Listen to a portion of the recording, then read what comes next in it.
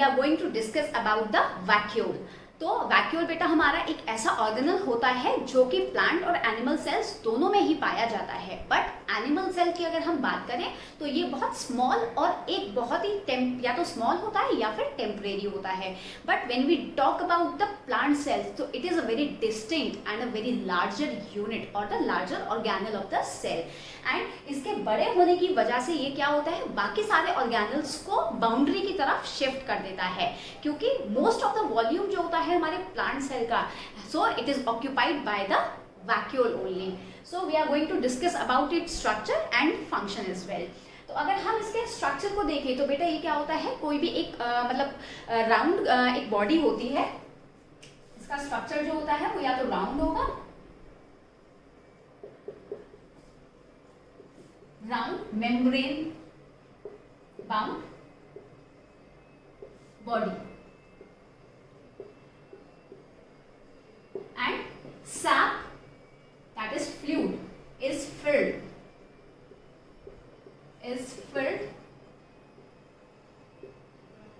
inside this bag। जो हमारा ये जो बैग है, जिसको हम ये एक ऐसी बॉडी बोल रहे हैं, जो ऑर्गेनल हमारा एक bag sac kind of structure होता है, जिसके अंदर हमारा क्या भरा होता है, एक फ्लूइड भरा होता है, जिसको हम क्या बोलते हैं, सेल सैक। और ये जो मेम्ब्रेन होती है हमारी वैक्यूल की, we call it as the tonoplast. So the membrane is known as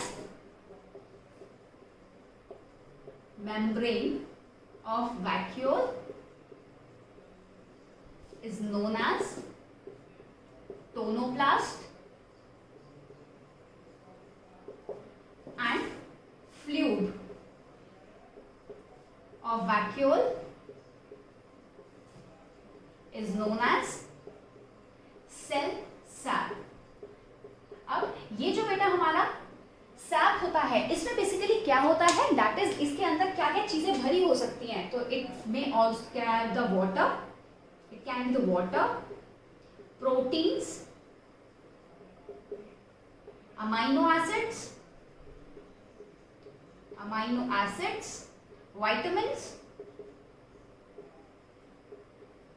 and also some metabolic waste। Metabolic waste can also be present in the vacuum। तो ये बेसिकली हेल्प करता है हमारा स्टोरेज में। स्टोरेज वो चाहे किसी भी चीज का हो, दैट इज या तो वो कुछ जो हमारे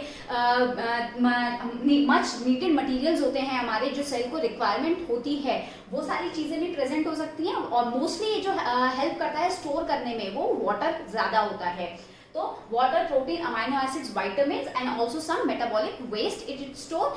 एंड ये उसको हेल्प करता है, जो मेटाबॉलिक वेस्ट हमारे जो सेल के अंदर प्रोड्यूस होता है केमिकल एक्टिविटीज के उस पे दौरान, तो ये उनको हेल्प करता है कि वो उनको स्टोर करके ये बाकी और चीज़ों में कंटामिनेशन या फिर उनको हार्म ना प्रोवाइड करें, हार्म ना करें। तो बेटा अब हम और इसके फंक्शंस के बारे में अब देखेंगे हम।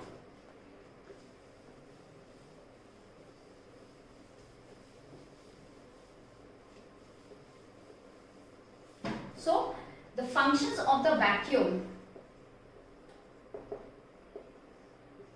तो बेसिकली बेटा पहला फंक्शन क्या हुआ, दैट इज द स्टोरेज। इसका पहला और मोस्ट इंपॉर्टेंट फंक्शन होता है स्टोरेज। स्टोरेज ऑफ, मैंने आपको अभी बताया, that is storage of useful material and also waste products of the cell। And the second most important function it do, that is it helps in keeping or maintaining, it helps in keeping or maintaining the cell turgidity। How does it do? तो ये जो cell turgidity होती है ये उसको maintain करने में कैसे हेल्प करता है। फॉर एग्जांपल जब हमने ऑस्मोसिस के बारे में पढ़ा था तो क्या होता है, जब सेल के सराउंडिंग में वाटर ज्यादा होता है तो वो क्या होता है, हायर कॉन्सेंट्रेशन से सेल के अंदर आ जाता है। तो क्या होता है, हमारा सेल जो होता है वो एक्सपैंड करने लगता है, क्योंकि वैक्यूल क्या होता है, वैक्यूल का हमारा ऑस्मोरेगुलेशन में भी हेल्प करता है। तो वैक्यूल जब वाटर एब्जॉर्ब करता है तो उसका जो स्ट्रक्चर होता है वो स्वेल करने लगता है, और स्वेल करने की वजह से हमारा जो सेल होता है वो एक्सपैंड करने लगता है। तो ये हेल्प करता है सेल की रिजिडिटी को मेंटेन करने में भी। और तीसरा इंपॉर्टेंट हमारा जो इसका फंक्शन होता है, that it also helps in osmoregulation. It also helps in the osmoregulation.